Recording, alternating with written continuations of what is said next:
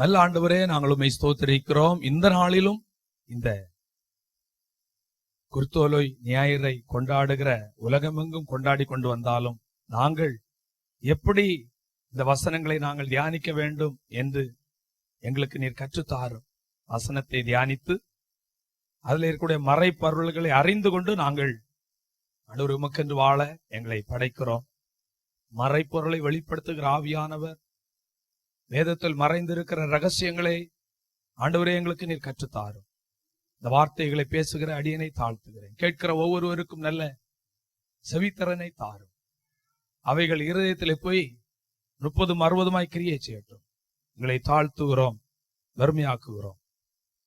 இயேசு கிறிஸ்துவின் நாமத்தில் ஜெபிக்கிறோம் எங்கள் நல்ல பிதாவே, ஆமென், ஆமென். மத்தேயு எழுதின சுவிசேஷ புஸ்தகம் எல்லோரும் எடுத்துக்கொள்வோம். மத்தேயு எழுதின சுவிசேஷ புஸ்தகம் 21ஆம் அதிகாரத்தை எடுத்துக்கொள்வோம். நாம் சேர்ந்து வாசிக்க போகிறோம். மத்தேயு 21 1 9 வரைக்கும் வசனங்களை எடுத்துக்கொள்ளுங்கள். நாம் சேர்ந்து வாசிப்போம். என்னோடு சேர்ந்து வாசியுங்கள். அவர்கள் ஜெருசலேமுக்கு சமீபமாய் சேர்ந்து ஒலிவமலைக்கு அருகான பெத்பதேகுவுக்கு வந்தபோது இயேசுவானவர் சீசரில் 2 பேரை நோக்கி, உங்களுக்கு எதிரே இருக்கிற கிராமத்துக்கு போங்கள். போனவுடனே அங்கே ஒரு கழுதையையும் அதனோட ஒரு குட்டியையும் கட்டியிருக்க காண்பீர்கள். அவைகளை அவிழ்த்து என்னிடத்திலே கொண்டு வாருங்கள். ஒருவன் உங்களுக்கு ஏதாயிலும் சொன்னால் இவைகள் ஆண்டவருக்கு வேண்டும் என்று சொல்லுங்கள். உடனே அவைகளை அனுப்பி விடுவான் என்று சொல்லி அவர்களை அனுப்பினார். இதோ உன் ராஜா சாந்த குணமுள்ளவராய் கழுதையின் மேலும் கழுதை குட்டியாகிய மரியின் மேலும் ஏறிக்கொண்டு உன்னிடத்தில் வருகிறார் என்று சொல்லி சியோன் குமார்த்திக்கு சொல்லுங்கள் என்று தீர்க்கதரிசியினால் உரைக்கப்பட்டது நிறைவேறும்படி இதெல்லாம் நடந்தது. சீசர்கள் போய் இயேசு தங்களுக்கு கட்டளையிட்டபடியை செய்து கழுதையையும் குட்டியையும் கொண்டு வந்து அவைகளின் மேல் தங்கள் வஸ்திரங்களை போட்டு அவரை ஏற்றினார்கள். திரளான ஜனங்கள் தங்கள் வஸ்திரங்களை வழியிலே விரித்தார்கள்.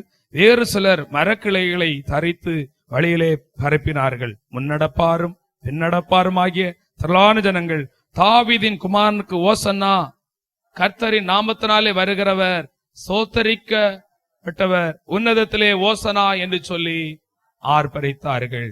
கரங்களை உயர்த்தி ஆண்டவரை ஸ்தோத்திரம் பண்ணுவோம். ஆமென். பிரியமான தேவனுடைய பிள்ளைகளே, இன்றைக்கு இந்த குருத்தோலை ஞாயிறு இதை குறித்து அறிந்து கொள்ள வேண்டும். அதாவது இயேசு பாடுபட்டு மரிப்பதற்கு முந்தின வாரம். அந்த குருத்தோலை ஞாயிறு என்று சொன்னால் என்ன என்பதை அறிந்து நாம் கர்த்தரை ஆராதித்தால் அது நம்முடைய வாழ்க்கையில் அது மிகுந்த பிரயோஜனமாக இருக்கும். பாருங்க, உலகத்திலே ஆதாம் ஏவாள் மூலமாக சன்னதி உருவானது. ஆனால் ஆண்டவர்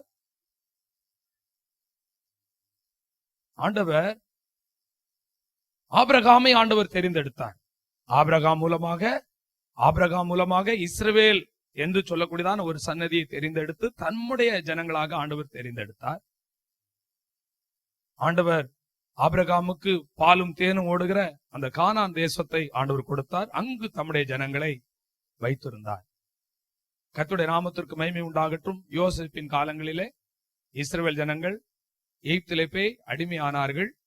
400 வருடங்கள் அங்கு அடிமைகளாக இருந்தார்கள். ஏனென்றால் அவர்கள் வாழ்ந்த இடத்திலே உணவு பற்றாக்குறையின்படியினாலே அங்கு போனார்கள். அங்கு போனவர்கள் அங்கு இருக்கக்கூடியதான கோசேன் தேசத்திலே அவர்கள் தங்கி அவர்கள் அங்கு அடிமைப்பட்டு போனார்கள். இப்பொழுது ரொம்ப அடிமைகளாக ஆளோட்டிகளின் நிமித்தமாக ரொம்ப வேதனைப்பட்டார்கள். இப்பொழுது அடிமைப்பட்டு போற ஜனங்கள் ஆண்டவரை நோக்கி முறையிட்டார்கள், கூக்குரலிட்டார்கள். ஆண்டவரே, எங்களை ரட்சியும்,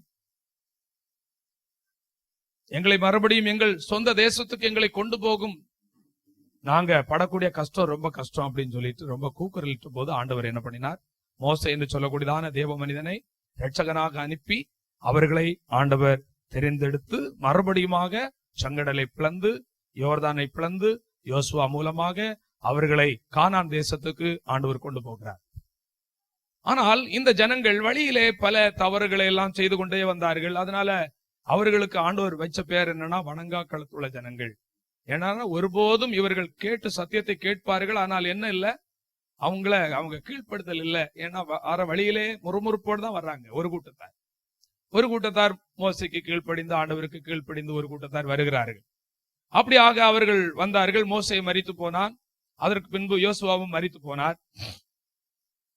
அதற்கு பிந்தின காலங்களிலே அவர் தன் வழியிலே போக ஆரம்பித்தார்கள். அப்பொழுது ஆண்டவர் நியாயாதிபதிகளை ஆங்காங்கே ஏற்படுத்தி பண்ணினார். நியாயாதிபதியின் காலங்களிலே இவர்கள் தவறு செய்வார்கள். தவறு செய்த போது, பல விக்கிரக ஆராதனைகளை செய்த போது ஆண்டவர் மறுபடியும் இவர்களை என்ன பண்ணுவார்? ஏதோ ஒரு ராஜாக்கள் கையிலே, அந்நிய ராஜாக்கள் கையிலே அடிமைப்பட்டு போவார்கள். இப்பொழுது மறுபடியும் முறையிடுவார்கள். இன்னும் ஒரு நியாயாதிபதியை அனுப்புவார். அப்படியாக மாறி மாறி முறையிடுவதும், மீட்பதும், மறுபடியும் பாவம் செய்வதும், மறுபடியும் விழுவதும், மறுபடியும் அடிமைப்பட்டு போவதுமாக நியாயாதிபதிகள் புஸ்தகம் முழுவதிலும் நாம் பார்க்கிறோம். பிரியமான கர்த்தருடைய பிள்ளைகளே, அதற்கு பின்பு நியாயாதிபதிகளின் காலத்துக்கு பின்பதாக சவுலை ஆண்டவர் ராஜாவாக தெரிந்தெடுத்தார். அதற்கு பின்பு சவுலை தள்ளி தாவீதை ஆண்டவர் தெரிந்தெடுத்தார். அதற்கு பின்பு சாலமோன், பிளவுபட்ட ராஜ்யம் பிரிக்கப்பட்டது. அதற்கு பின்பு சாலமோன், ரெகோபியாம் என்று சொல்லி, எரோபியாம் என்று சொல்லி எல்லாம் நிறைய ராஜாக்கள் ஆளுகை செய்கிறவர்களாக, இஸ்ரவேல் ஜனங்களை ஆளுகை செய்கிறவர்களாக இருந்தார்கள். ஆனால் இந்த ராஜாக்களின் காலத்திலே மறுபடியும் ஜனங்களை, தீர்க்கதரிசிகளை கொண்டு ஆண்டவர் எச்சரித்தார். நீங்க என்ன பண்ணக்கூடாது? விக்கிரக ஆராதனை பண்ணக்கூடாது, தவறு செய்யக்கூடாது, பாவம் பண்ணக்கூடாது. உங்கள் கண்கள் நேரா இருக்க வேண்டும். நீங்கள் எங்கு போக வேண்டுமோ அதுல மட்டும்தான் உங்க கண்கள் இருக்க வேண்டுமே தவிர, அந்த நித்திய ராஜ்யத்தின் தரிசனம் தான் நமக்கு இருக்க வேண்டுமே தவிர, உன் கண் அங்கும் இங்கும் போகக்கூடாது என்று சொல்லி அங்கு தெளிவான காரியங்களை சொல்லி தீர்க்கதரிசிகள் மூலமாக எச்சரித்தும் இவர்கள் கேட்கவில்லை.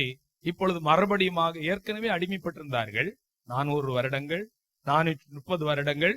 ஆனால் காலங்கள் ஆகும்போது இவர்களுக்கு நல்ல ஒரு தேசத்திலே மறுபடியும் கொண்டு வைத்தார். ஆனால் இவருடைய அந்த கீழ்ப்படியாமை, முரட்டாட்டம், இவருடைய அந்த வணங்கா கழுத்துள்ள ஜனங்கள் என்று ஆண்டவர் சொன்னாரே, இந்த ஜனங்கள் மறுபடியும் ஆண்டவருக்கு எரிச்சல் ஊட்டி ஏசையா, எரேமியா போன்ற தீர்க்கதரிசிகள் மூலமாக பல ஆலோசனைகள் சொன்னாலும் இவர்கள் என்ன பண்ணவில்லை? விக்கிரக ஆராதனையும் பாவத்தையும் விடுவதாக இல்லை, கீழ்ப்படியவில்லை. அதனாலே என்ன நடந்தது? மறுபடியுமாக ஆமீன், இஸ்ரவேல் யூதாவை பார்க்கும்போது 2 இஸ்ரவேலும் அடிமைப்பட்டு போனது, யூதாவும் அடிமைப்பட்டு போனது.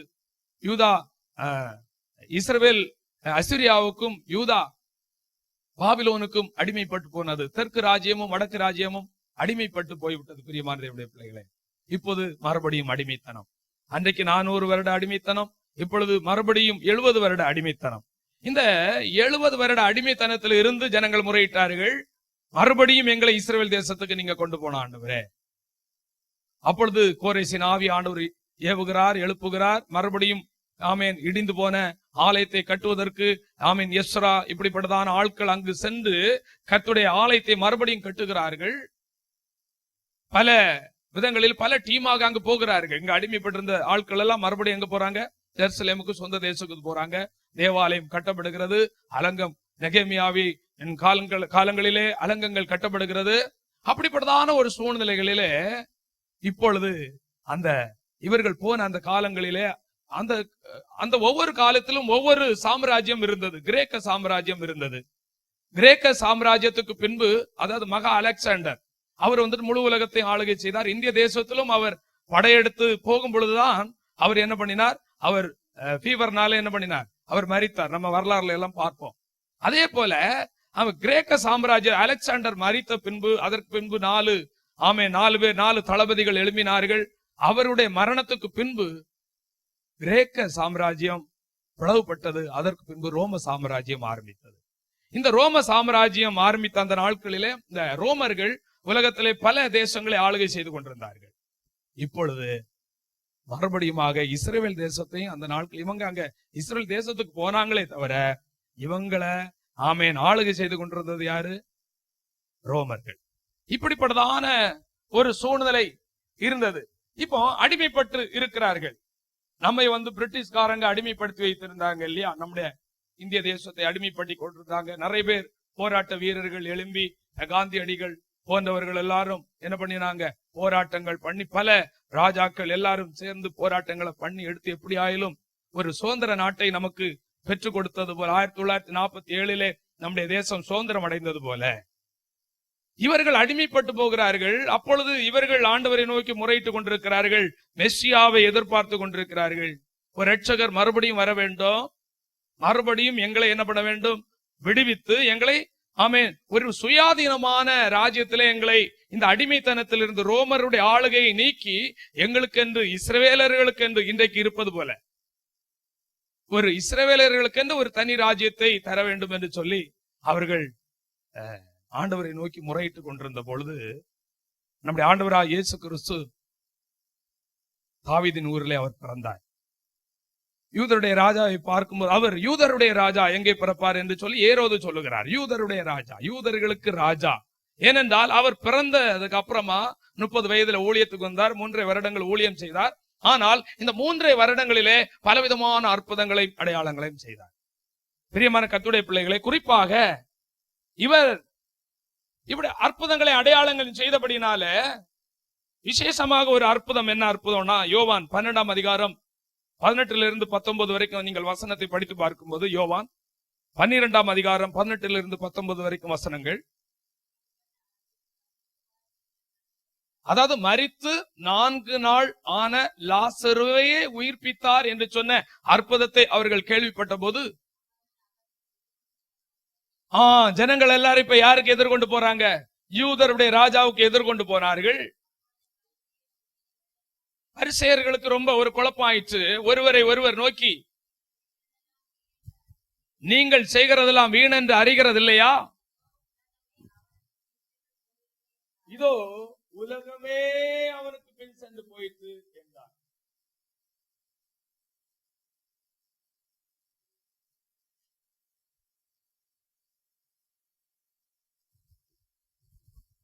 உலகமே அவருக்கு பின் சென்று போயிற்று. அப்படியானால் பாருங்க, ஜனங்கள் எல்லாம் எதிர்பார்த்து கொண்டிருக்கிறாங்க. என்ன எதிர்பார்த்து கொண்டிருக்கிறாங்க? தேசத்தை மீட்டு மறுபடியுமாக ஒரு சுயாதீன தேசத்திலே அவர்கள் வாழ வேண்டும் என்பதுதான் யூதருடைய விருப்பம், இஸ்ரவேலுடைய விருப்பமா இருந்தது. அப்ப இந்த இயேசுவை பார்க்கும்போது அவர் எழும்புகிறார். சாதாரணமான ஊழியத்தை ஆரம்பித்தார். அற்புதங்கள் நடக்கிறது, அதிசயங்கள் நடக்கிறது. 5 அப்பத்தையும் 2 மீனையும் 5000 பேருக்கு கொடுக்கிறார். அவர் மூலமாக அற்புதங்களும் அடையாளங்களும் நடந்த உடனே ஜனங்கள் எல்லாம் அவர் தேடி தேடி வராங்க. நம்ம பார்ப்போம், அவர் எங்கு போனாலும் ஒரு பெரிய ஒரு திரள் கூட்டம் இருந்தது. எங்க போனாலும் பெரிய பெரிய கூட்டம் வந்தது. இயேசு வர்றார், இயேசு வர்றார், இயேசு அற்புதத்தை செய்கிறார், இவர் தான் நம்மளை மீட்பு. ஏன் அந்த கூட்டம் போச்சுன்னா, அன்னைக்கு இருந்ததுல அவர் இயேசுடைய நாட்கள் தான் பெரிய கூட்டம் அவருக்கு பின்னாடி போச்சு. என்ன நம்பிக்கை அப்படின்னா, இவர் என்ன பண்ணுவார், நம்மை மீட்பார்.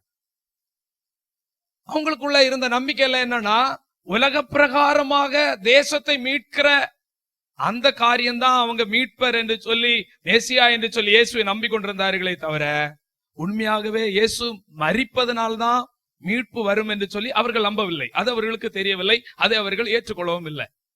ஆனால் இயேசு கிறிஸ்து மரித்தால் தான், மனுக்குலத்திற்காக அவர் மரிப்பதனால் தான் மீட்பு உண்டாகும் என்பதை அவர் அறிந்திருந்தார். ஜனங்களுக்கு அது அறியல, அவங்களுக்கு தெரியல. அவங்க உலக பிரகாரமாக மேசியா வந்து எங்களை மறுபடியும் எங்களுக்கு தனி ராஜ்யத்தை தருவார் என்றுதான் இஸ்ரவேல் ஜனங்கள் எல்லாம் நம்பிட்டு இருந்தாங்க. அந்த நாட்களிலே ரோமரிடத்திலிருந்து யூதர்களாகிய எங்களை மீட்பார் என்று நினைத்துக் கொண்டிருந்த மக்கள் அன்றைக்கு இருந்தார்கள். ஏற்கனவேதான், அதனாலதான் எல்லோரும் அவருக்கு பின்னாடி போனாங்க. மத்தேயு 21ஆம் அதிகாரம் 8 12 வரைக்கும் நீங்க வசனத்தை நீங்கள் படித்து பார்க்கும்போது, மத்தேயு 21 8 12,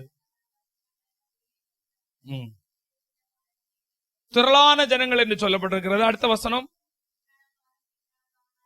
திரளான ஜனங்கள் தாவீதின் குமாரனுக்கு ஓசன்னா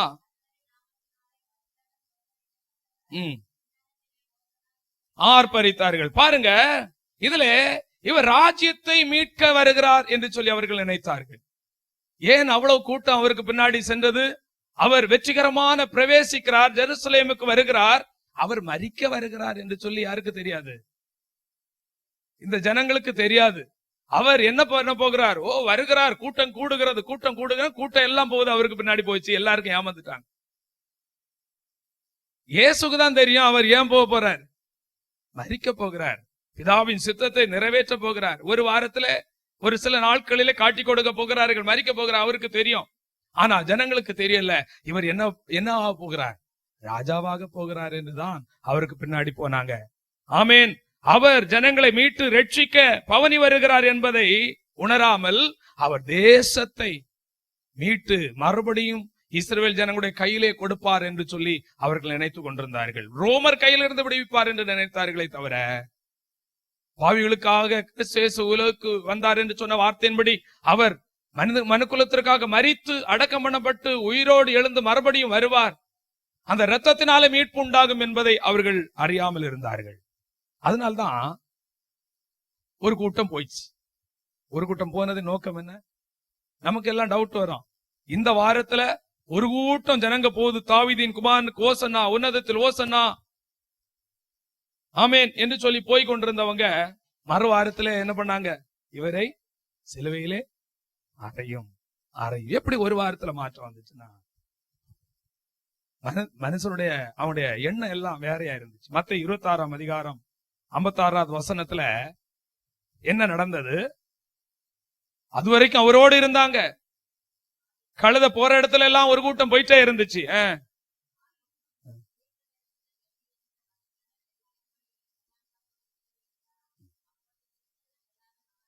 எல்லாரும் போயிட்டாங்க. சீசர்கள் எல்லாரும் என்ன பண்ணிட்டாங்க? இயேசு பிடிப்பட்டாருன்னு சொன்ன உடனே எல்லாரும் போயிட்டாங்க. இனி இவர் என்ன பண்ண மாட்டார்? இஸ்ரவேல் தேசத்தை மீட்க மாட்டார். இவரால இனி நமக்கு என்ன இல்ல, பிரோஜனம் இல்ல. இவரோடு கூட இருந்தா நமக்கும் ஆபத்து தான். சில வேளைகளில் இவரோடு கூட இருந்தா நம்மளையும் சிலுவையில் அரைஞ்சிருவாங்க. பயந்து சீசர்கள் எல்லாரும் ஓடிட்டாங்க. இனி இவரால் நமக்கு என்ன இல்ல, பிரோஜனம் இல்ல. இவர் ஒரு வேளைகளிலே ராஜாவாக ஆகியிருந்தா நமக்கு என்ன கிடைக்கும்? மந்திரி பதவி கிடைச்சிருக்கும், அது கிடைச்சிருக்கும். ஆனா இவர் தான் என்ன பண்ண போறாரு? சிலுவையில அரைஞ்சு சாக போறாரு. இவர்னால் நமக்கு என்ன கிடைக்கும் அப்படின்னு சொல்லிட்டு அவங்க நினைச்சாங்க. பிரியமான தேவனுடைய பிள்ளைகளே, அதனால்தான் மத்தேயு 16ஆம் அதிகாரம் 21, 22ல பேதுரு என்ன சொன்னார் தெரியுமா? மத்தேயு 16, 21, 22. அது முதல் இயேசு பாருங்க, இயேசு ஊழியத்திலே பாதி முக்காவாசி ஊழியத்தை செய்கிற வரைக்கும் அவர் மரிக்க போவதை சீசர்களுக்கு என்ன பண்ணல, சொல்லவே இல்லை. அதனால இவங்க என்ன நினைச்சிட்டாங்க? மேசியா, அவர் ராஜாவாக போகிறார். ஏன்னா அவரை தேடிதான் ஒரு கூட்டம் இருக்கு. இன்னைக்கு ராஜாவாகணும்னா, நம்ம இந்திய தேசத்துல பிரதமர் ஆகணும்னா, அவர் தேர்தல் பிரச்சாரத்துக்கு வரும்போது என்ன பண்ணணும்? ஒரு பெரிய ஒரு அலை எழும்பணும். அல்லேலூயா. தமிழ்நாட்டுல ஒரு முதலமைச்சர் ஆகணும்னா பெரிய ஒரு அலை எழும்பணும். அப்பதான் அவங்க ராஜாவாக மாற முடியும். பிரதமர் ஆகவோ முதலமைச்சர் ஆகவோ என்ன பண்ண முடியும்? மாற முடியும். அப்போ அன்னைக்கு இருந்ததுல கூட்டம் அதிகமா இவருக்கு போனதுனால எல்லாரும் இவரை பின்பற்றினாங்க. அவருக்கு பயங்கரமான, ஆனா அவரை என்ன பண்ண முடியல. பல நேரங்களில வேதபாரகர்கள், பரிசேயர்கள் எல்லாம் சேர்ந்து சதி செய்து இவரை கொலை செய்யணும்னு நினைச்ச போது ஜனங்கள் எல்லாரும் நமக்கு விரோதமா எழும்பிடுவாங்கன்னு சொல்லி ஜனத்துக்கு பயந்து என்ன பண்ணாங்க? இயேசுவை தொட முடியாத அளவுக்கு, அந்த அளவுல ஜனங்களுடைய செல்வாக்கு எப்ப வரைக்கும் தான் இருந்துச்சு? அவர் காட்டி கொடுக்கிறது வரைக்கும் தான் இருந்துச்சு ஜனங்களுடைய செல்வாக்கு. இவர் மரிக்க போகிறான்னு சொன்ன உடனே எல்லாம் எஸ்கேப் ஆயிட்டாங்க. நம்முடைய வாழ்க்கையிலும் கூட அப்படிதான். நம்ம நல்லா இருக்கும்போது ஒரு கூட்டம் நம்மளை சேர்ந்திருக்கும். நம்மளால யாருக்கும் பிரோஜனம் இல்லைன்னு சொன்னா எல்லாரும் என்ன பண்ணிடுவாங்க? நம்மளை விட்டு போயிடுவாங்க. கடைசி வரைக்கும் வர்றது யாரு? ஒருத்தர் தான், நம்முடைய ஆண்டவர் ஆகிய இயேசு கிறிஸ்து மட்டும் தான். அப்ப என்ன சொல்றாரு? கண்டிப்பா படிங்க.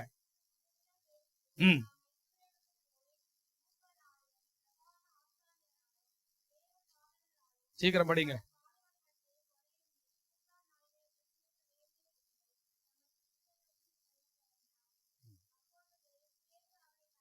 அப்பொழுது பேதுரு தனியே அவரை அழைத்து கொண்டு போய், ஆண்டவரே, இது உமக்கு நேரிடக்கூடாது, அவரை கடிந்து கொண்டான். பாருங்க, அடுத்ததுக்கு ஆண்டவர் என்ன சொன்னாரு? அடுத்த வசனத்துல 23ல பேதுருவை பார்த்து, எனக்கு பின்னாடி போ சாத்தானே, நீ எனக்கு இடர்லா இருக்கிறாய்.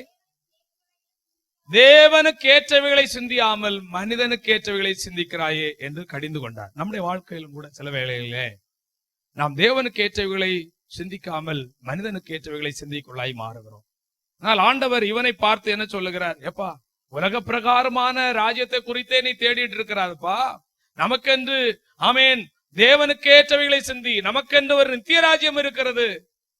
அதை நீங்கள் அடைய வேண்டும் என்பதற்காக தான் நான் என்ன பண்ணேன்? இந்த உலகத்திலே நான் வந்தேன், அதற்காக தான் சிலுவையில போறேன் அப்படின்னு சொல்லிட்டு கடிந்து கொண்டார். பிரியமான தேவனுடைய பிள்ளைகளே, இயேசு ரொம்ப கடிந்து கொண்டார். தேவனுக்கு ஏற்றவைகளை சிந்தி, தேவனுக்கு ஏற்றவைகளை சிந்தி என்று சொன்னார். எந்த ஜனங்கள் ஓசனா என்று சொன்னார்களோ, மத்தேயு 27:22 நீங்கள் படித்து பார்க்கும்போது, மத்தேயு 27:22 அவர்கள் எல்லோரும் அவரை சிலுவையில் அறையும், சிலுவையில் அறையும் என்று ஆர்ப்பரித்தார்கள். ஒரே வாரத்தில் எவ்வளவு பெரிய ஒரு மாற்றம் வந்துச்சு. அல்லேலூயா. நம்முடைய தேசத்திலும் பெரிய ஒரு மாற்றம் வரட்டும். எல்லாரும் கரங்களை உயர்த்தி, எல்லாரும் ஒரு நிமிடம் கரங்களை உயர்த்தி, எங்கள் தேசத்துல பெரிய ஒரு மாற்றம் வரட்டும். எங்கள் தேசத்துல ஒரு பெரிய ஒரு மாற்றம் வருவதாக. அல்லேலூயா, ஆமென். இவரை சிலுவையில் அறையும், சிலுவையில் அறையும் என்று ஆர்ப்பரித்தார்கள். பிரதான ஆசாரியர்கள் அவர்களை ஏவி விட்டார்கள் என்று சொல்லப்பட்டிருக்கிறது. ஒரு ராஜா எப்போ குதிரையில் வருவார் அப்படின்னா, ஒரு யுத்தத்துக்கு போய் ஜெயித்துட்டு அவர் வரும்போது, வெற்றி வாகையை சூடி வரும்போது அவர் எதுல வருவாரு? குதிரையில வந்து கம்பீரமா இறங்குவார். அவருக்கு கனம் எல்லாம் செய்வாங்க. ஆனா நம்முடைய ஆண்டவர் குதிரையில வரல. எதுல வந்தார்? கழுதையில வந்தார். பாருங்க, நம்ம ராஜா எப்போ வித்தியாசமான ராஜா. ஆமென். அதே போல நம்மளும் கொஞ்சம் வித்தியாசமானவங்க. உலகத்து ராஜாக்களை போல இல்ல நம்ம ராஜா, உலக மக்களை போல நம்ம இல்ல. நம்ம கொஞ்சம் வித்தியாசம். சொல்லுங்க, உலக பிரகார மக்களிலிருந்து வேறு பிரிக்கப்பட்ட ஜனம் கொஞ்சம் வித்தியாசம். ஆமென். ஆமான் சொல்றான் இல்லையா? ஒரு கூட்டமான ஜாதிகள் இங்கு பரவி இருக்கிறது. அவருடைய பழக்க வழக்கம் நம்ம பழக்க வழக்கத்தை விட கொஞ்சம் எப்படி இருக்கு? வித்தியாசமா இருக்கு. அதனால ராஜாவே இவங்களை எல்லாம் என்ன பண்ணணும்? நேற்றைக்கு தியானித்தோம். எல்லாரும் என்ன பண்ணணும்? ஒரே நாள கொன்று உயிக்கணும் அப்படின்னு. அப்ப யூதருடைய பழக்க வழக்கம் எப்படி இருந்தது? உலக மக்களுடைய பழக்க வழக்கம் இல்லாமல் ஒரு வேறுபாட்டின் ஜீவியத்தை அவர்கள் செய்தார்கள். அருமையான கர்த்தருடைய பிள்ளைகளே, நாமும் கூட ஒரு வேறுபாட்டின் ஜீவியத்தை வாழ்ந்து காட்ட வேண்டும். அல்லேலூயா. உலக மக்கள் எப்படி வேண்டுமானாலும் வாழலாம்.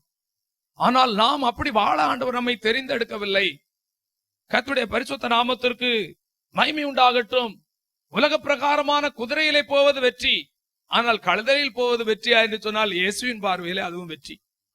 இயேசுவின் பார்வையிலே அது வெற்றி. ஏன் இயேசு கழுதையின் மேல் சென்றார் என்று பார்க்கும் யூதருடைய ராஜாவாகிய இயேசு கழுதையின் மேல் இயேசு ஏன் சென்றார் என்றால், அவர் உலக பிரகாரமான ராஜ்யத்தை ஸ்தாபிக்க அவர் வரவில்லை என்பதை காண்பித்தார். ஒரு ஆவிக்குரிய ராஜ்யத்தை ஸ்தாபிக்க அவர் வருகிறார் என்பதை வெளிப்படுத்தினார். அது மட்டுமல்ல, சகரியா 9ஆம் அதிகாரம் 9வது வசனத்தில் பல 100 வருடங்களுக்கு முன்பதாக தீர்க்க தரிசனம் உரைக்கப்பட்டது. என்ன தீர்க்க தரிசனம்? சகரியா 9ஆம் அதிகாரம் 9வது வசனம். சியோன் குமார்த்தி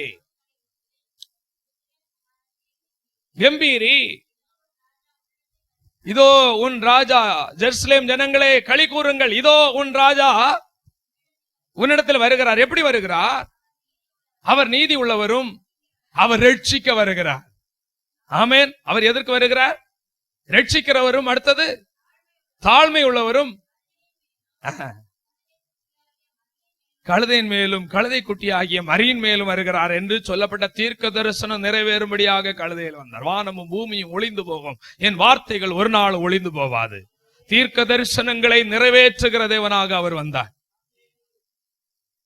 அவர் சாந்தம் உள்ளவராய், அவர் தாழ்மை உள்ளவராய், அவர் ரட்சிக்கிறவராய் அவர் வருவார்.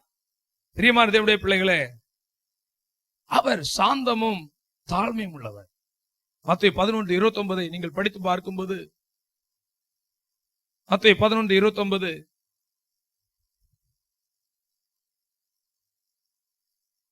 மத்தேயு 11:29 நான் சாந்தமும் மனத்தாழ்மையுமாய் இருக்கிறேன். நம்முடைய ஆண்டவர் எப்படிப்பட்டவர் என்பதை புரிந்து கொள்ள வேண்டும்.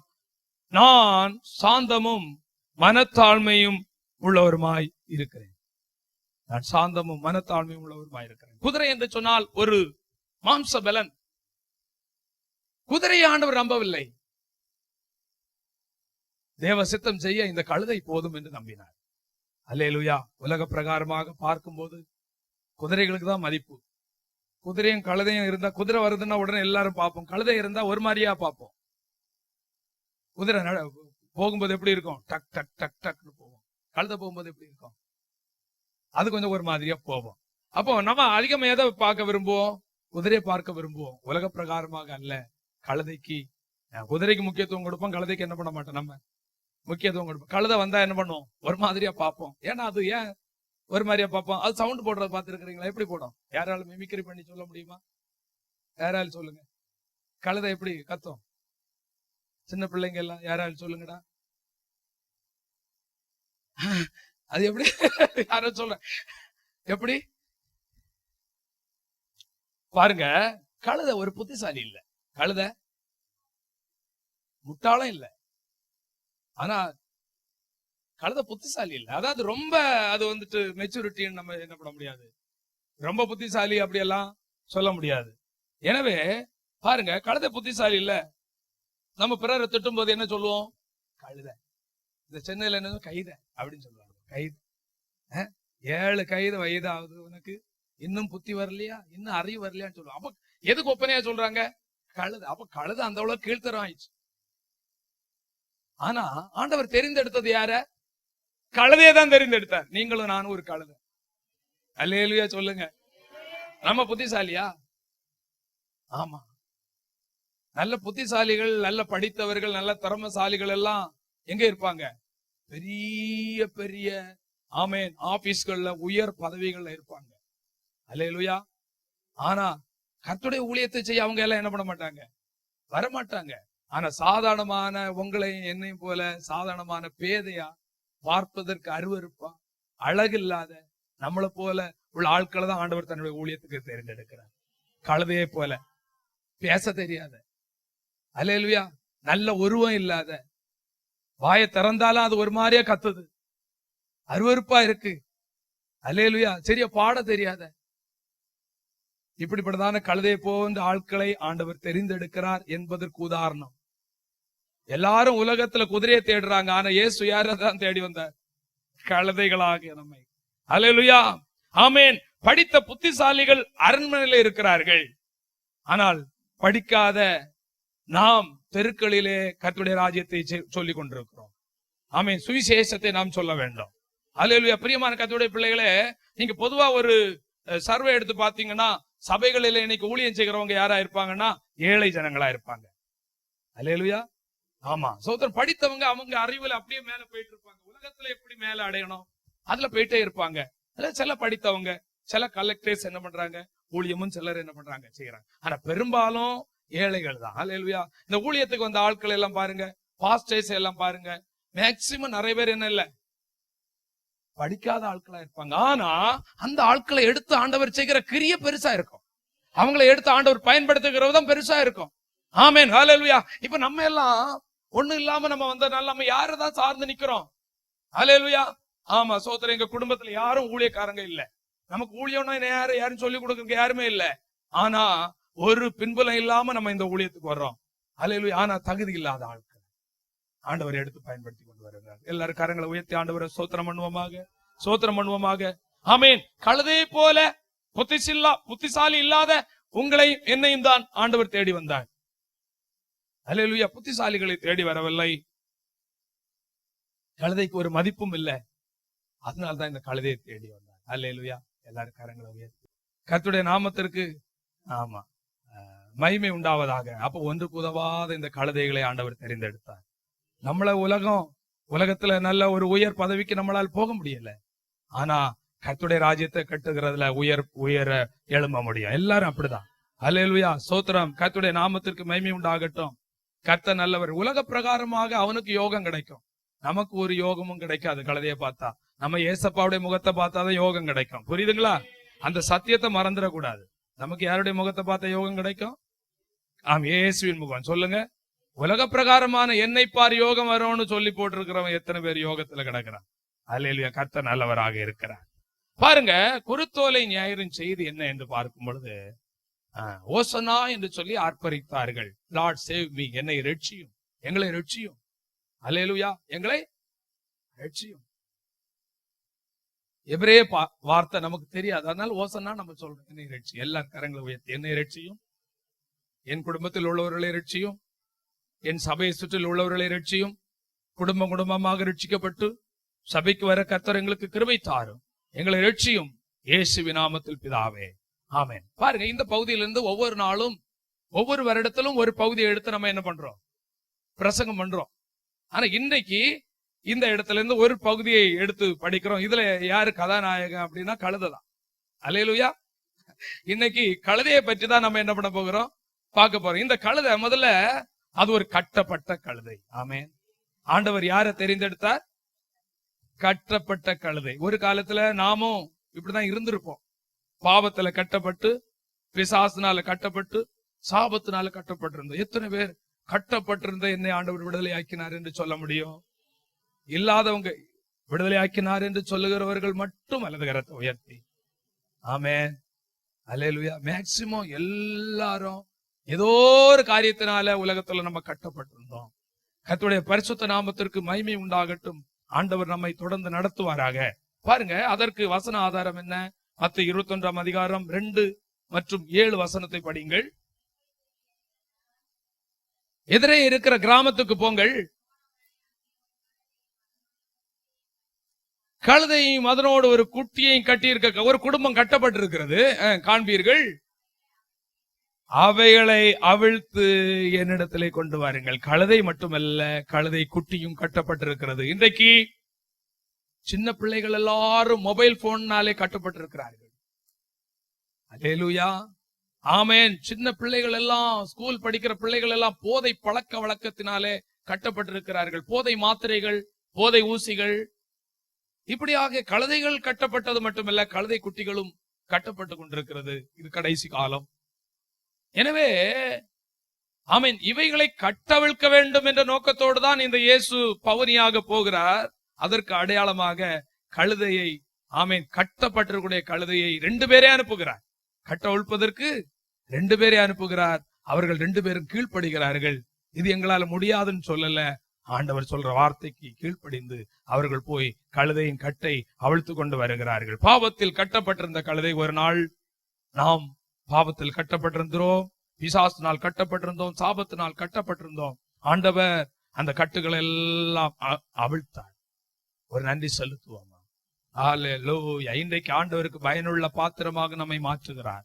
நமக்கு பிரயோஜனம், அவருக்கு பிரயோஜனமான பாத்திரமாய், அவருடைய ஊழியத்தை செய்கிற பாத்திரமாய் நம்மை மாற்றி வைத்திருக்கிறார். அல்லேலூயா. இன்றைக்கு ஒரு வேளைகளில ஏதாயிலும் பாவமோ, கெட்ட பழக்க வழக்கமோ, பிசாசின் கிரியினாலோ, சாப கட்டுகளினாலோ ஒரு வேளைகளில் நீங்கள் பாதிக்கப்பட்டிருந்தால், ஆண்டவர் இன்றைக்கு உங்களை விடுதலையாக்க, இன்றைக்கு உங்கள் கட்டுகளை உடைக்க ஆண்டவர் வல்லமுள்ள தேவனாயிருக்கிறார். ஒரு அல்லேலூயா செலுத்துவமாக. உங்க குடும்பத்தில் யாராலும் கட்டப்பட்டிருந்தால், போதை பழக்க வழக்கத்தினால கட்டப்பட்டிருந்தால், பிசாசின் கிரியைகளினாலே கட்டப்பட்டிருந்தால், குடும்பத்துல பலவிதமான மரண கட்டுகளினாலே கட்டப்பட்டிருந்தால், இன்றைக்கும் அப்பேற்பட்ட கட்டுகளை உடைக்கிறேன் தேவன் நம்முடைய மத்தியில உலாவி கொண்டிருக்கிறார். கரங்களை உயர்த்தி ஆண்டவரே ஸ்தோத்திரம் பண்ணுவோம். நன்றி ஆண்டவரே. ஆண்டவரே, எங்களை சுற்றிலும் இருக்கக்கூடிய ஜனங்களுடைய மனக்கண்களை திறந்து அவருடைய கட்டுகளை கர்த்தர் அறுப்பீராக. ஆமீன். இந்த உலக மக்கள், எங்கள் தேசத்து மக்கள், ஆமீன், விக்கிரக ஆராதனைகளினாலும், பலவிதமான சடங்காச்சாரங்களினாலும், பலவிதமான பாரம்பரியங்களினாலும், ஆண்டவரே, பலவிதமான அடிமைத்தனத்தினாலும் அவர்கள் கட்டப்பட்டிருக்கிறார்கள். கர்த்தாவே, எல்லாரும் எங்கள் ஆண்டவர் விடுதலை ஆக்குவீராக. குமாரன் உங்களை விடுதலை ஆக்கினார், மெய்யான விடுதலை. ஒரு நாள் இந்த குமாரனாய் இயேசு கிறிஸ்து நம்முடைய வாழ்க்கையில வெளிப்பட்டபடினாலே ஆண்டவர் நம்மை விடுதலை ஆக்கினார். ஆமென். வசனத்தை கொண்டு விடுதலை ஆக்கினார். கர்த்தருடைய ஆவியானவரை கொண்டு விடுதலை ஆக்கினார். அவருடைய ரத்தத்தை கொண்டு விடுதலை ஆக்கினார். யாரோ நம்ம ரட்சிக்கப்பட்டதின் காரணம் என்ன? யாரோ 2 பேர் நமக்கு தேடி வந்து நமக்கு சுவிசேஷம் சொன்னதுனாலதான் 2 பேரை அனுப்பினார். அல்லேலூயா. அதனாலதான் இன்னைக்கு ஜப நடையில கூட 2 பேரா போறோம். அல்லேலூயா. யாரோ 2 பேர் தேடி வந்து, ஆமீன், இயேசுவிடத்துல கொண்டு வந்த போது நம்முடைய கட்டுகள் எல்லாம் வளர்ந்து விழுந்தது. அந்த ஒரு நன்றி அறிதலை கர்த்தர் எனக்கு தருவாராக. கர்த்தர் கிருபைகளை தருவாராக. வசனத்தின் மூலம், வார்த்தையினால, ஆமென், ஆவியானவர்னாலே, அவருடைய ரத்தத்தினால ஆண்டவர் நம்மை விடுதலை ஆக்கி கொண்டு வந்தார். ஏன் விடுதலை ஆக்கி கொண்டு வந்தார்? ஏன் விடுதலை ஆக்கினார்? ஏன் விடுதலை ஆக்கி, அந்த கழுதை ஏன் விடுதலை ஆக்கி கொண்டு வந்தார்? யாராலும் சொல்லுங்க. அந்த கழுதை கர்த்தருக்கு பயன்படும்படியாக, அந்த கழுதை இயேசுவை ஏற்றுகிற கழுதையாய் மாறும்படியாக, அந்த கழுதை இயேசுவின் பாரத்தை சுமக்கிற கழுதையாய் மாறும்படியாக. நம்முடைய வாழ்க்கையில ஆண்டவர் நம்மை ரட்சித்தார், ஆண்டவர் நம்மை தெரிந்தெடுத்தார். எதற்கு விடுதலை ஆக்கினார்? இயேசுவை சுமக்கும்படியாக, இயேசுவின் பாரத்தை சுமக்கும்படியாக, இயேசுக்கு பயனுள்ளவளாக மாறும்படியாக. இதை புரிந்து கொள்ள வேண்டும் சபை மக்கள். நம்மை ஆண்டவர் எதற்கு தெரிந்தெடுத்தார்? நான் அவருக்கு பயனுள்ள ஒரு நபராக மாற வேண்டும். நான் அவருக்கு ஒரு பயனுள்ள கழுதை, கட்டப்பட்ட கழுதையை விடுதலையாக்கினது நோக்கம். நான் அவருக்கு பயனுள்ள கழுதை, நான் அவருடைய நுகத்தை சுமக்கிற கழுதை, நான் அவருடைய பாரத்தை சுமக்கிற கழுதை, அவரை ஏற்றி செல்லுகிற ஒரு கழுதை. அல்லேலூயா. அப்படிப்பட்டதான ஒரு கழுதையாக நாம் இருக்க வேண்டும் என்பதற்காக ஆண்டவர் நம்மை கட்டவிழ்த்தார். அல்லேலூயா. இன்னைக்கு நம்ம இருக்கிறது கட்டப்பட்ட கூட்டத்துல அல்ல, கட்டவிழ்க்கப்பட்ட ஒரு கூட்டத்துல இருக்கிறோம். கரங்களை உயர்த்தி ஆண்டவர், விடுவிக்கப்பட்ட ஒரு கூட்டம். ஆமென். இஸ்ரவேலே, நீ பாக்கியவான். கர்த்தரால் ரட்சிக்கப்பட்ட ஜனமே, உனக்கு ஒப்பானவன் யார்? பாக்கியவான்கள் என்று சொல்லக்கூடியதான ஒரு கூட்டத்தை, ஆமென், ஒரு பட்டத்தை ஆண்டவர் நமக்கு தந்திருக்கிறார். இனி நாங்கள் வணங்கா கழுத்துள்ள ஜனங்கள் அல்ல, இனி நாங்கள் கீழ்ப்படியாதவர்கள் அல்ல. ஆண்டவர் சொன்னால் அவர் என்ன சொல்லுகிறாரோ அதன்படி நாங்கள் செய்ய எங்களை அர்ப்பணித்த ஒரு கூட்டம். எத்தனை பேர் ஒப்பு கொடுக்கிறீங்க? இனி ஆண்டவர் சொல்வதை நான் கேட்பேன். இதுவரையும் ஆண்டவர் சொன்னதை நான் கேட்காமல் இருந்திருக்கலாம். இன்றைக்கு என்னை மன்னித்து இனி நான் ஆண்டவர் சொல்வதை கேட்பேன். ஆண்டவருடைய தரிசனத்தை நிறைவேற்ற நானும் அதுல ஒரு பங்குள்ள நபராயிருப்பேன். சபையின் தரிசனத்தை நிறைவேற்ற சபையோடு இணைந்து நானும் அந்த தரிசனத்தை நிறைவேற்றுகிற ஒரு பங்குள்ளவனாயிருப்பேன். என்னை பயன்படுத்தும்.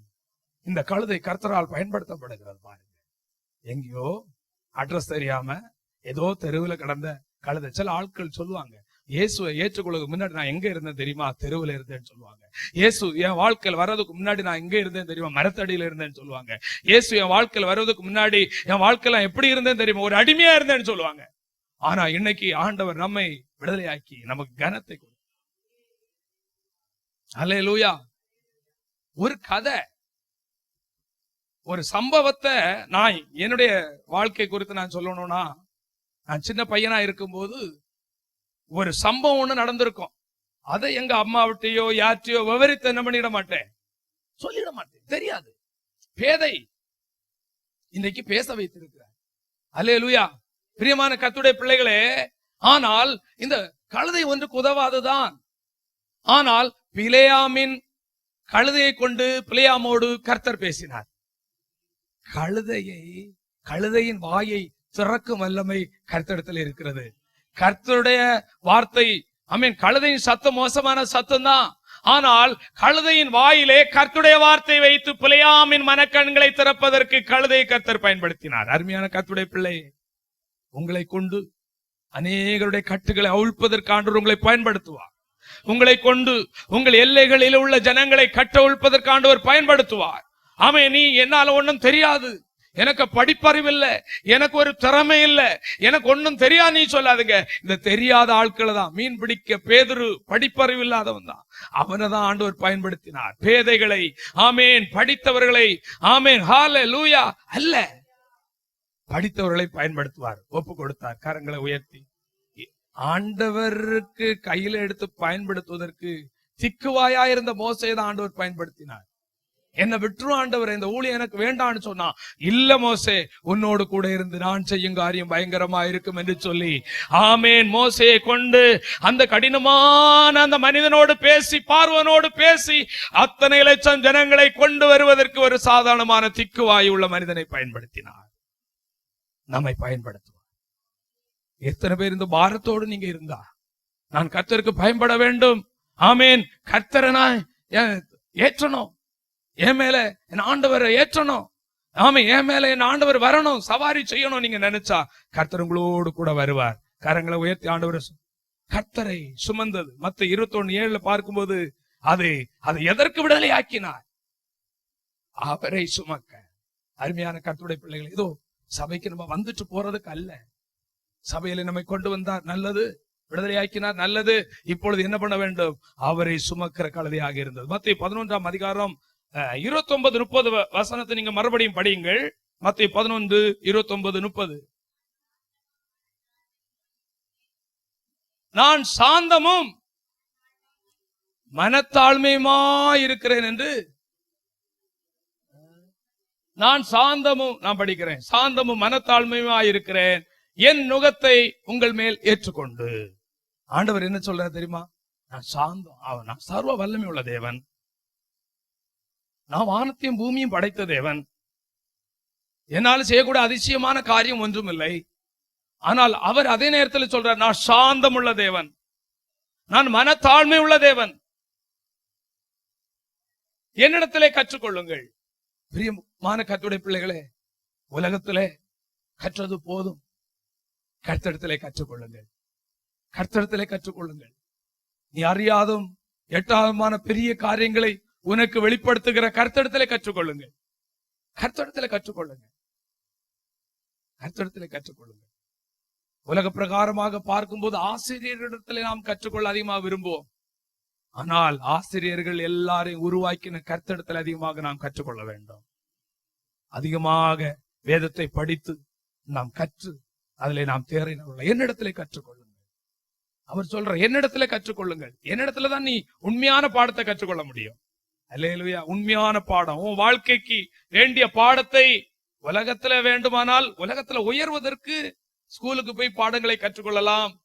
ஆனால் ஆவிக்குரிய ஸ்பிரிச்சுவல் லைஃப்ல உயர்வதற்கு, அல்லேலூயா, ஆமென், கர்த்தருடைய காரியங்களை உயர்வதற்கு, ஆவிக்குரிய வாழ்க்கையில உயர்வதற்கு உலகத்துல போய் கற்றுக்கொண்டா ஒரு பிரயோஜனமும் இல்ல. என்னிடத்திலே கற்றுக்கொள்ளுங்கள். நாம் நம்மை ஒப்பு கொடுக்கணும். உங்கள்கிட்ட நாங்க கற்றுக்கொள்ளணும், உங்கள்கிட்ட நாங்க கற்றுக்கொள்ளணும். வேதத்தை நாங்க அதிகமா படிக்கணும். அல்லேலூயா. அதிகமாக தியானம் பண்ணணும், அதிகமா மெடிடேஷன் பண்ணணும். வேதத்தை படிக்க எங்களுக்கு கிருபைகளை அதிகமாய் தாரும் ஆண்டவர். அதுல அடுத்து என்ன சொல்றாரு? அப்பொழுது உங்கள் ஆத்துமாவுக்கு இளைப்பாறுதல் இருக்குமா? வாழ்க்கையில இளைப்பாறுதல் இல்லாம வந்திருக்கிறீங்க தேவ பிள்ளைகளே. வாழ்க்கையில ஒரு அமைதி இல்லை, வாழ்க்கையில ஒரு நிம்மதி இல்லை. தேவ சமூகம் தான் உங்களை இளைப்பாற பண்ணும் என்பதை நீங்கள் நம்புங்கள். தேவ சமூகம் நம்மை இளைப்பாற பண்ணும் என்கிற நம்பிக்கை நம்ம வாழ்க்கையில அவசியமான ஒன்றா இருக்கிறது. தேவ சமூகம் நம்மை இளைப்பாற செய்ய வல்லமையுள்ள தேவனாயிருக்கு. எல்லாரும் ஆண்டவரை நோக்கி பார்த்து, ஆண்டவரே, ஆண்டவரே, ஆண்டவரே, உம்முடைய சமூகத்துல எங்களுக்கு இளைப்பாறுதல் உண்டு. உலகத்துல கற்று கற்று கற்று நம்மளால ஒரு பிரயோஜனம் இல்லை.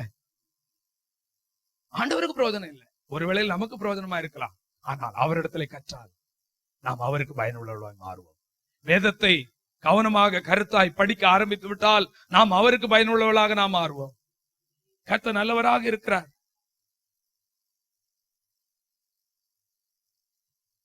அடுத்த வசனத்தில் நீங்க படித்து பார்க்கும் பொழுது 30வது வசனம், என் நுகம் என் சுமை லகுவாயும் இருக்கிறது. என் நுகம், எனக்கு ஒரு நுகம் இருக்கிறது, எனக்கு ஒரு நுகம் பூட்டப்பட்டிருக்கிறது. இயேசு சொல்றார், எனக்கு ஒரு நுகம் இருக்கிறது, அந்த நுகத்தை நீங்களும் ஏற்றுக்கொள்ளுங்கள். என்ன நுகம்? நீங்கள் உலகம் எங்கும் போய் சர்வே சிருஷ்டிக்கும் சுவிசேஷத்தை அறிவித்து பிதா குமாரன் பரிசுத்தாவினாலே அவர்களுக்கு ஞானஸ்நானம் கொடுத்து நான் உங்களுக்கு எவைகளை சொல்லிக் கொடுத்தேனோ நீங்கள் அவர்களுக்கு சொல்லிக் கொடுங்கள். இயேசு மேல இந்த உலகத்துல என்ன நுகத்தோடு அவர் வந்தார்? பாவிகளை ரட்சிக்கப்பட வேண்டும், பாவிகள் ரட்சிக்கப்பட வேண்டும், முழு உலகம் ஆமென் ஆண்டவரை அறிய வேண்டும் என்ற ஒரு நோக்கத்தோடு தான் இந்த உலகத்திலே வந்தார். அவருக்கு ஒரு நுகம் இருக்கிறது. இன்றைக்கு ஆண்டவர் நம்மை பார்த்து சொல்லுகிறார், அருமையான தேவ பிள்ளையே, என் நுகத்தை ஏற்றுக்கொள்ளுங்கள் என்று சொல்லுகிறார். என் நுகத்தை ஏற்றுக்கொள்ளுங்கள், என் நுகத்தை ஏற்றுக்கொள்ளுங்கள். சுவிசேஷம் அறிவிக்க வேண்டும் என்று சொல்லக்கூடிய நுகத்தை ஏற்றுக்கொள்ளுங்கள். பல நேரத்துல சொல்லுவோம், நான் சர்ச்சுக்கு வர்றேன், வந்துட்டு அப்படியே போயிடுறேன். நான் ஒரு கிறிஸ்தவனா, நல்ல ஒரு கிறிஸ்தவனா, நல்ல ஒரு விசுவாசியா இருக்கிறேன். முடிஞ்ச அளவு என்னுடைய தசம பாகத்தை நான் சர்ச்சைக்கு கொடுக்கிறேன். நான் ஏதாவது வேற ஏதாவது காரியங்களை மட்டும் சொல்லிட்டு பெரிய பாரமான நுகத்தை எல்லாம் எனக்கு வேண்டாம். பெரிய ரிஸ்கான காரியம் எல்லாம் எனக்கு வேண்டாம். இந்த சுவிசேஷம் அறிவிக்கிற காரியம் எல்லாம் எனக்கு வேண்டாம். ஆமென். ஆத்துமாக்கள் ஆதாயம் செய்கிற காரியம் எல்லாம் எனக்கு வேண்டாம். இயேசு இயேசுன்னு சொல்லி யாரும் என்ன திட்டுனா எனக்கு கஷ்டமா இருக்கும், அதெல்லாம் வேண்டாம் என்று சொல்லி ஒரு ஜென்டில்மேனை போல ஒரு ஒரு ஒரு டீசெண்டா நம்ம வந்துட்டு போய்கிற நபர்களா இருக்கலாம். ஆண்டவர் இயேசு சொல்றார், என் நுகத்தை ஏற்றுக்கொள்ளுங்க. சில நேரத்துல நினைப்போம், ஊழியமா அது எனக்கு வேண்டவே வேண்டாம், நான் சர்ச்சுக்கு மட்டும் வந்துட்டு என்ன பண்ணிடுறேன், நான் போயிடுறேன். நான் என்ன வேற என்ன செய்யணும், ஏதாவது கொடுக்கணுமா, ஏதாவது பொருள் வாங்கி தரணுமா, அதை மட்டும் என்ன பண்ணிடுறேன், செய்துறேன். ஆனா ஊழியமா என்ன விட்டுருங்க, சுவிசேஷ ஊழியமா என்ன விட்டுருங்க, கைப்பிரதி ஊழியமா என்ன விட்டுருங்க, ஜபனடையா என்ன விட்டுருங்கப்பா. நான் அதெல்லாம் எனக்கு செட் ஆகாதுப்பா. யாரும் என்ன நினைப்பாங்க, இந்த நுகத்தை எல்லாம் என்னால என்ன முடியாது, ஏற்றுக்கொள்ள முடியாது என்று நினைக்கலாம். ஆண்டவர் சொல்றார், என் நுகம் மெதுவா இருக்கும்பா. ஊழியம் செய்கிறது பெரிய பாரம்னு நினைக்காதப்பா, என் நுகம் மெதுவா இருக்கும். ஒவ்வொருவருக்கும் ஆண்டவர் ஒரு நுகத்தை வைத்திருக்கிறார். நுகத்தின் ஒரு பகுதியை நாம் ஒவ்வொருவருக்கும் ஆண்டவர் வைத்திருக்கிறார். ஒவ்வொருவருக்கும் ஒரு பகுதி உண்டு. ஆமீன். கர்த்தருடைய ராஜ்யத்தை கட்டுவதில் ஒவ்வொருவருக்கும் பகுதி உண்டு. கர்த்தருடைய சபை கட்டுவதிலே ஒவ்வொருவருக்கும் பகுதி உண்டு. ஹல்லேலூயா. நாம் பார்த்தோம், அலங்கம் பல ஆட்களை கொண்டு கட்டப்பட்டது, இடிக்கப்பட்ட அலங்கம். ஆனால் ஒவ்வொரு அலங்கத்தையும் ஒரு கூட்டத்தார் போய் கட்டினார்கள். கர்த்தருடைய ராஜ்யத்தை கட்டுகிறதுல எல்லாருக்கும் பங்குண்டு. கர்த்தருடைய பணியை செய்வதில் எல்லாருக்கும் பங்குண்டு. எஸ்ரா மட்டும் கட்ட வேண்டிய அவசியம் இல்லை, நெகேமியா மட்டும் கட்ட வேண்டிய அவசியம் இல்லை, எல்லாரும் கட்டணும். அல்லேலூயா. நமக்கு தந்த பொறுப்புகள் உண்டு. அருமையான கர்த்தருடைய பிள்ளைகளே, அதை விட்டு உலகத்தில் உள்ள பணம் சம்பாதிக்கிறதுனால வருகிற பொறுப்பை மட்டும் முக்கியப்படுத்தி, கர்த்தர் நமக்காக விலையேறப்பெற்ற வெளியினாலும் பொன்னினாலும் மீட்கப்படாமல் விலையேறப்பெற்ற ரத்தத்தை சிந்தி நம்மை மீட்டாரே, அந்த ரத்தம் சிந்தினதற்காக, அவர் நமக்காக ஜீவனை கொடுத்ததற்காக கொஞ்ச நுகத்தை சுமக்கலாமே, கொஞ்ச பாரத்தை சுமக்கலாமே. நான் உண்டு, என் பாடு உண்டு, ஊழியமாச்சு, சபையாச்சு, அது எப்படி இருக்கட்டும், நான் என் வாழ்க்கையை மட்டும் பார்த்துட்டு இருக்கிறேன்னு நம்ம நினைக்காம ஆண்டவர் சொல்றேன், கூவி அழைக்கிறார், என் நுகத்தை ஏற்றுக்கொள்ளுங்க. என் நுகம் மெதுவா இருக்கும், என் சுமை லகுவா இருக்கும். நீ ரொம்ப கஷ்டப்படாதப்பா. உனக்கு அந்த அளவுல நான் மனசாட்சி இல்லாத ஆள், நீ தாங்க கூடாத சுமைய நுகத்தை உன் மேல என்ன பண்ண மாட்டேன், என்ன சுமந்து பாரு, அது உனக்கு பாரமா இருக்காது. நீ என்ன சுமக்க ஆரம்பிச்சா உன்னை நான் சுமந்துருவேன். அதான் அதுல ரகசியம். ஆமே. ஊழியத்துக்கு வரும்போது ரொம்ப கஷ்டமா இருக்கு, எப்படி ஊழியத்தை செய்வேன், எப்படி நான் செய்ய முடியும், எனக்கு என்ன திறமை இருக்கு. ஆனா உண்மையா அர்ப்பணிக்கப்பட்டு கர்த்தரிடத்துல வந்து கர்த்தருடைய ஊழியத்தை செய்ய ஆரம்பிக்கும் போது லகுவாக ஆண்டவர் நடத்தி கொண்டே போவார். ஊழியம் என்பது சில வேளைகளில் கடினம் போல இருக்கலாம், ஆனால் அதை லகுவாக கடக்க வேண்டுமானால் கர்த்தருடைய நுகத்தை ஏற்றுக்கொண்டு அவர், நான் உங்களுக்கு என்ன சொல்லுகிறேனோ அது அவர் உங்களுக்கு என்ன சொல்லுகிறாரோ அதன்படி செய்யுங்கள் என்று சொல்லி அவர் சொல்ல சொல்ல சொல்ல நமக்கு முன்பதாக அவர் கடந்து வந்தால், சிலருக்கு ஒரு சின்ன ஊழியத்தை கொடுத்து அதை செய்ய மாட்டாங்க, செய்து முடிக்க மாட்டாங்க. ஆண்டவர் ஒரு சின்ன ஊழியத்தை கொடுத்து அதை செய்தாதான் அடுத்த பெரிய ஊழியத்தை கொடுப்பார். நீ ஒரு சின்ன ஊழியத்தை நீ சரியா செய்யாம இருக்கும்போது அடுத்த ஊழியத்தை எப்படி கொடுப்பார், அடுத்த ஊழியத்தை எப்படி நம்பி கொடுப்பார். நீ கொஞ்சத்தில் உண்மையுள்ளவனா இருந்தாய், உன்னை அநேகத்தின் மேல அதிகாரியாக மாற்றுவேன். அல்லேலூயா. ஆமேன். சோத்ரா. அப்படியானால் நம்முடைய வாழ்க்கையில நுகத்தை என்ன பண்ண வேண்டும், பாரம் இல்லப்பா. சொல்லுங்க, ஊழியத்தை நம்ம செய்யறதுனால எங்களுக்கு பாரமா அது தெரியல, அது விருப்பமா தான் செய்யறோம், பாரமா நினைக்க கூடாது. ஊழியத்தை சுவிசேஷம் அறிவிப்பத, ஆத்துமக்கள் ஆதாயம் செய்வத, பைபிள் தூக்குவது கூட நமக்கு எப்படிதான் இருக்குது, பாரம்.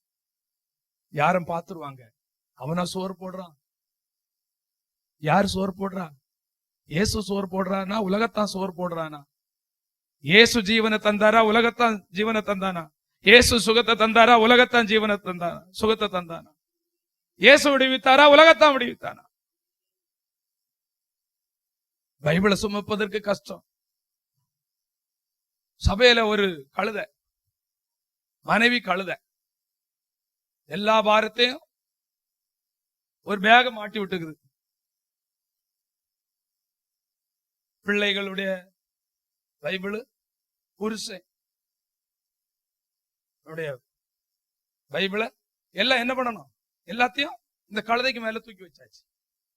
நீ அத கழுதையா நீ நினைக்கிறிய தவிர, நீ ஒரு கழுதையா மாறணும்னு உனக்கு ஒரு நாள் கூட என்ன பண்ண மாட்டேங்குதே, நமக்கு தோண மாட்டேங்குதே.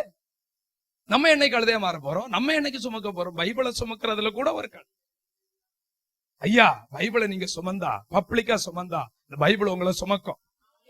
நீங்க பைபிளை குறித்து தானே வெக்கப்பட்டீங்கன்னா, அல்லேலூயா. பைபிளை எடுத்துட்டு வர்றதுக்கு வெக்கமே இருக்க கூடாது, தைரியமா போனோம். இது உங்களை சுமக்கும், இது உங்களை சோறு போடும், இது நித்தியத்துல கடைசியில உங்களை கொண்டு போகும். கர்த்தருக்கு சித்தமானா வர்ற நாட்கள்ல அவர் பைபிளை கொண்டு வரணும். ஆமென். ஆமா. பஸ்ல இருந்து இறங்கி வரும்போது என்ன பண்ணணும், பைபிள் தெரியணும். அவர் பைபிளை கொண்டு வரணும். மனைவியை கழுதை ஆக்கிறாங்க. பாரம் எல்லாம் யாருக்கு வந்துருது, ஆனா ஆசீர்வாதம் யாருக்கு போயிடும், நித்தியத்துல யாருக்கு போவோம்? ஒரு பைபிளுக்கு 5 பைபிளை சுமந்துட்டு சில கழுதை வருது. அலேலு இங்க வந்து என்ன பண்ணணும், கொடுக்கணும். இவர் கலெக்டர். அலேலுயா. அப்படி இல்ல அப்படின்னு நினைக்க கூடாது. என்ன நம்ம என்ன இதுவா, ஒரு பைபிளை கூட சுமக்க முடியல நம்ம கிறிஸ்தவங்களா? ஆண்டவர் என்ன சொல்றாரு, ஒன்னால சுமக்க முடியாத அளவுக்கு என்ன பண்ண மாட்டேன், பாரத்தை மேல என்ன பண்ண மாட்டேன். ஊழியத்தை செஞ்ச ஆட்கள் கெட்டு போனதா சரித்திரம் இல்ல, செத்து போனதா சரித்திரம் இல்ல. அல்லேலூயா. ஊழியத்தை செஞ்சா ஆண்டவர் நம்மளை சேர்த்து சுமப்பார். நமக்கு தான் நம்ம என்ன நினைக்கிறோம், நான் ஊழியத்தை சுமக்கிறேன், நான் ஊழியத்தை தாங்குறேன், அதை செய்யறேன், இதை நம்ம ஒண்ணும் செய்யல. நீ செஞ்சா, நீ கர்த்தருக்கு எதையால ஒண்ணு செஞ்சா ஆண்டவர் உனக்கு எதையால ஒண்ணு செய்வார். அல்லேலூயா. நீங்கள் எந்த அளவிலே அளக்கிறீர்களோ அதே அளவினால் உங்களுக்கு அளக்கப்படும். நீங்க கர்த்தருடைய ராஜ்யத்தை கட்ட அர்ப்பணிங்க. பிரயாசங்கள் எல்லாம், நேரங்கள் எல்லாம் கர்த்தருக்காக கொஞ்சம் செலவு பண்ணுவோம். முழு 24 மணி நேரம் உலகத்துல வேலை பணம் அப்படி போயிடுறோமே. நம்ம நேரங்கள் கொஞ்சம் ஜெபம் பண்ணி ஆண்டவர் சமத்துல காத்திருக்க ஒப்பு கொடுக்க கூடாது சொன்னாரு. ஏற்றுக்கொள்ளுங்கப்பா, நான் உங்களை கஷ்டப்படுத்த மாட்டேன், லகுவா இருக்கும். சுமந்தவங்களுக்கு தெரியும் லகுவா இருக்கும். அல்லேலூயா, ஆமென். நான் ஏன் சுமப்பேன், நான் ஏன் சுமப்பேன், எந்தன் இயேசு சுமந்த பின். நான் ஏன் சுமப்பேன், நான் ஏன் சுமப்பேன், எந்தன் இயேசு சுமந்த பின், எந்தன் இயேசு சுமந்த பின். அல்லேலூயா, அல்லேலூயா, அல்லேலூயா, ஆனந்தமே. அல்லேலூயா, அல்லேலூயா, ஆரோக்கியம். அல்லேலூயா, ஆரோக்கியம். அல்லேலூயா, ஆரோக்கியம். அல்லேலூயா. கர்த்தர் நல்லவர். பாருங்க, சீமோன் என்று சொல்லக்கூடியதான ஒரு நபரை குறித்து பார்க்கும்போது சிலுவையை முழுவதும் மேக்சிமம் சுமந்தது யாருதான்? இயேசுதான், இயேசுதான். ஆனா சீமோனை நீங்க படித்து பார்க்கும்போது லூக்கா 23ஆம் அதிகாரம் 26வது வசனத்தை நீங்க படித்து பார்க்கும்போது, லூக்கா 23:26,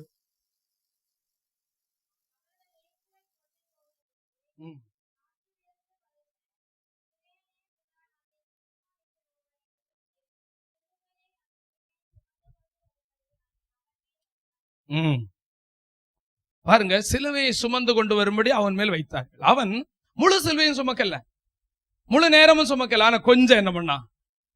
பிரியமான கர்த்தருடைய பிள்ளைகளே, இதுவரையும் நமக்கு வயசு அதிகம் ஆயிருக்கலாம், இதுவரையும் கர்த்தருக்காக எதுவுமே நான் முயற்சி பண்ணல, இதுவரைக்கும் பிரயாசம்ங்கிறது என்ன பண்ணல, பண்ணவே இல்லைன்னா இன்னைக்கு நீங்க உங்க ஒரு தீர்மானம் பண்ணுங்க.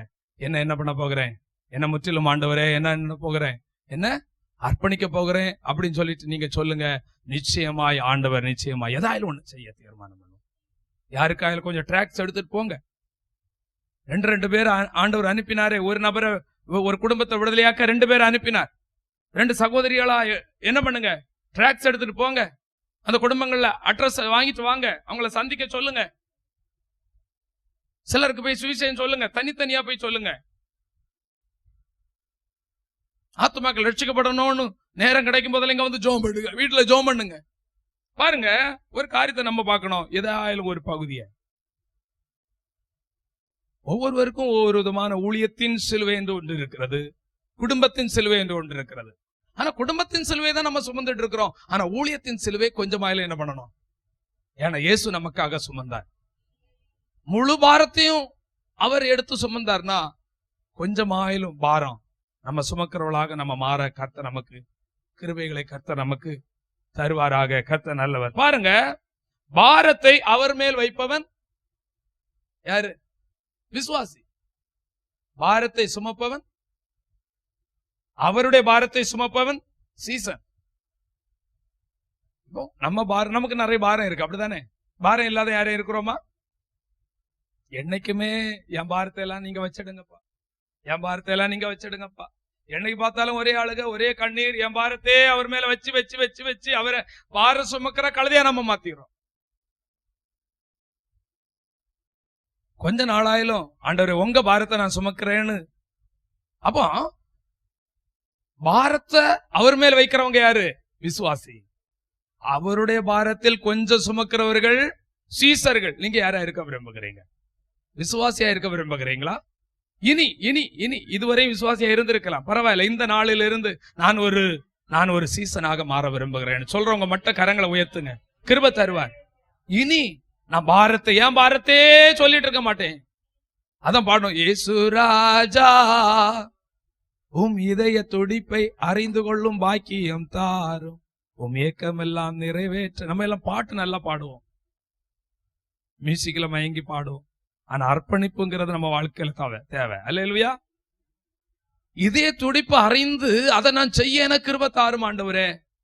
பாரம் சுமக்கிற ஒரு நபரா மாற்றும். சாப்பாடு சாப்பிடுறவங்க யாரு? விசுவாசிகள். சாப்பாடு கொடுக்கிறவங்க சீசர்கள். இயேசு 5 அப்பத்தையும் 2 மீனையும் என்ன பண்ணாரு? அதுக்கு முன்னாடி அவர் அங்க ஒரு வார்த்தை சொல்லியிருப்பார், நீங்கள் சீசர்ல பார்த்து நீங்கள் அவர்களுக்கு போஜனம் கொடுங்கள். அல்லேலூயா. கொடுங்கள், போஜனம் கொடுங்கள். கொடுக்கிறவர்கள் சீசர்கள், சாப்பாடு சாப்பிடுறவர்கள். இப்ப நம்ம கூட நீங்க பார்த்தோம்னா ஒரு உதாரணமா நீங்க பாத்தீங்கன்னா, அப்போ பந்தி விசாரிப்பு பண்ணுகிறவர்கள் யாரு?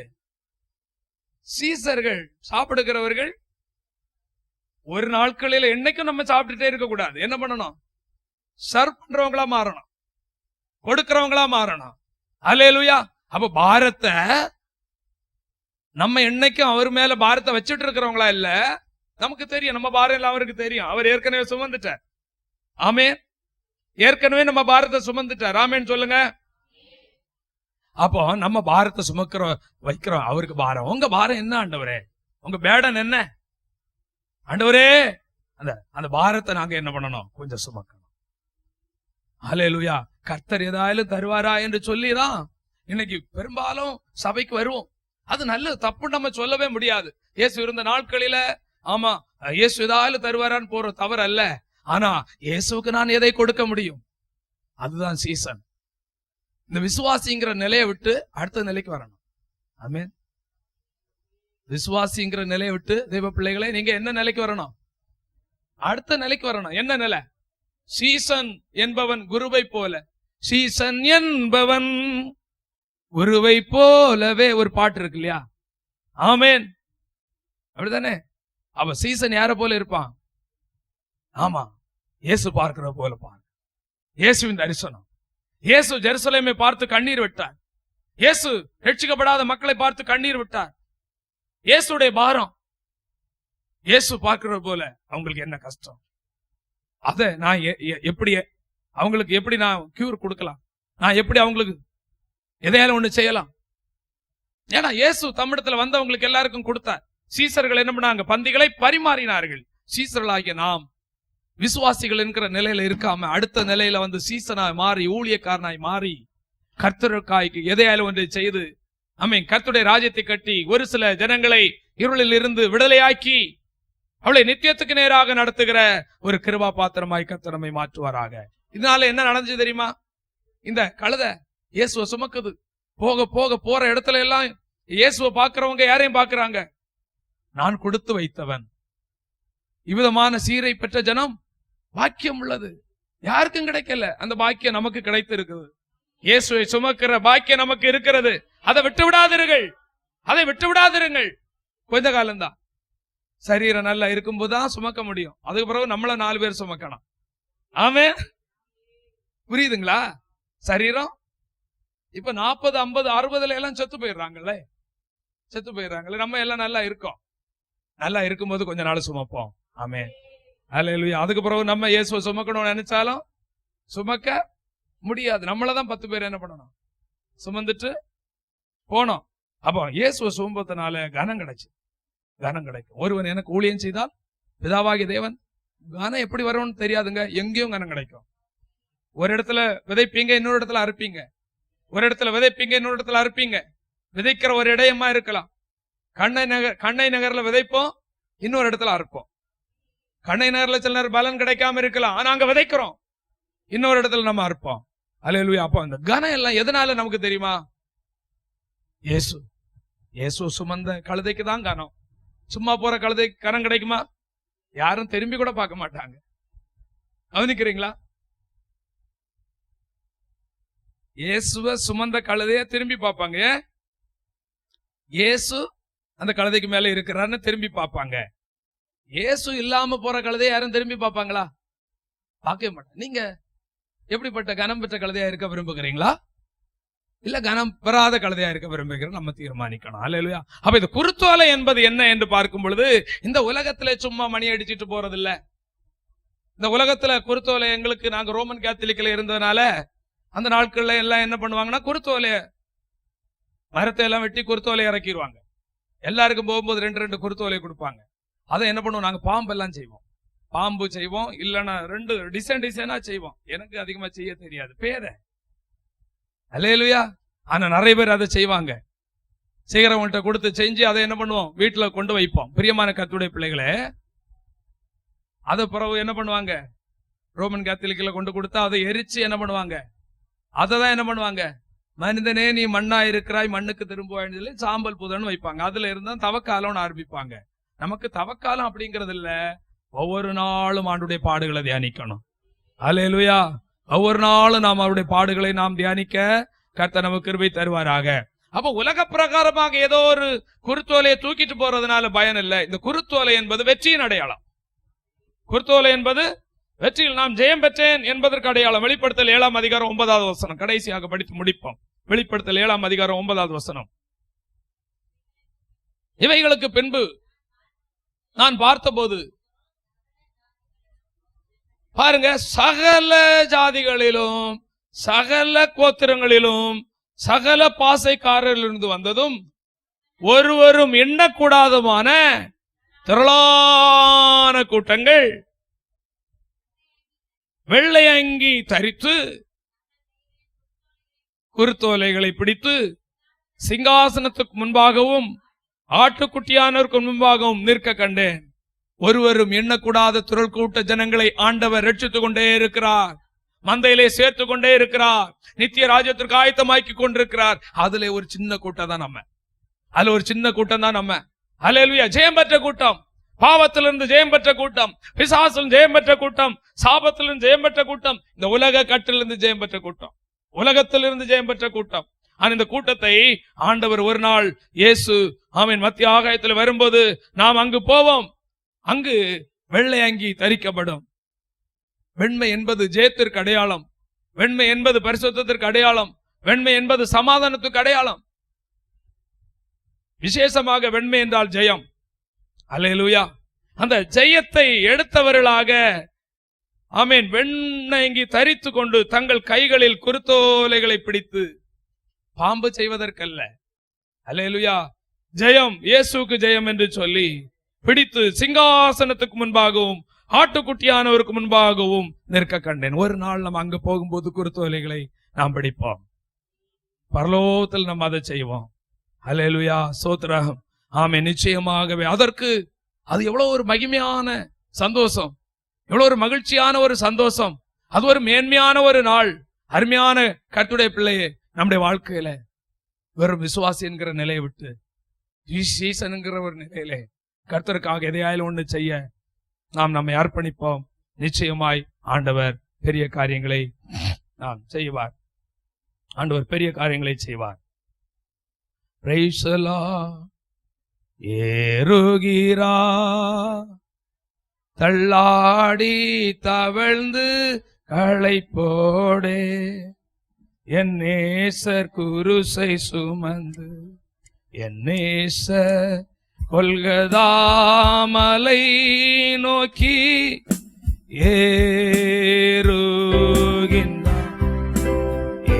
ஏறுகின்றான் தள்ளாடி தவழ்ந்து களைப்போடு என் நேசர் குருசை சுமந்து என் நேசர் கொல்கதாமலை மேலே ஏறுகின்றான்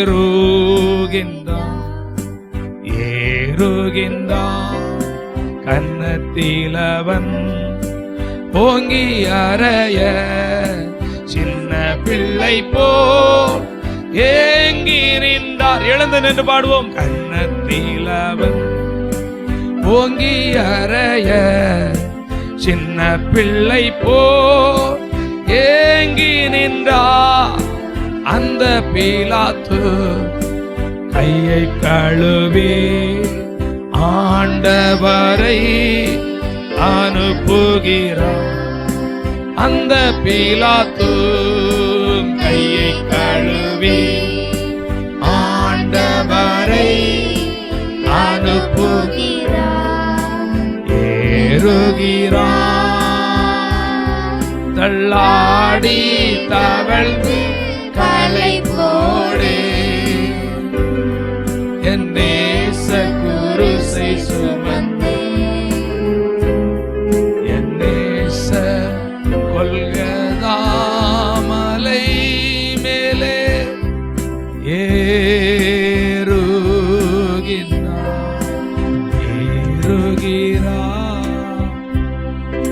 நமக்காக பெரிய பாரத்தை சுமந்தார். தாங்கக்கூடாத 150 கிலோ எடை உள்ள அந்த சிலுவையை சுமந்தார். நமக்கு ஆண்டவர் சொல்லுகிற காரியம் என்னன்னா, நீங்க அந்த பாரத்தை சுமக்க வேண்டாம், எனக்காக ஒரு சின்ன ஒரு லகுவான ஒரு பாரத்தை சுமங்க. உங்களால ஏன்ற உங்களுக்கு தந்த தாளந்துக்கு தக்கதாக எதையாலும் ஒன்றை செய்யுங்க. இதுவரையும் நான் கர்த்தருக்கா எதையாலும் ஒண்ணு செய்யல ஐயா, இனி நான் என்ன கர்த்தருக்கா எதையாலும் செய்ய என்னை ஒப்பு கொடுக்கிறேன்னு சொல்றவங்க வலது கரத்தை உயர்த்தி, இனி நான் கர்த்தருக்காக வாழுவேன். உலகத்துக்காக வாழ்ந்தேன், என் குடும்பத்திற்காக வாழ்ந்தேன், என் பிள்ளைகளுக்காக வாழ்ந்தேன், என் மனைவிக்காக வாழ்ந்தேன், எல்லாருக்காக வாழ்ந்தேன். இனி நான் கர்த்தருக்காக வாழ்வேன், எதையாலும் ஒண்ணு செய்வேன். கர்த்தருடைய நாமம் என்னில் மகிமைப்படும். ஆமீன். கர்த்தருக்கான எதையாலும் செய்யும் போது ஆண்டவர் என்னில் மகிமைப்படுவார். ஆமீன். கடைசியாக நாம் ஜெபிப்போம்.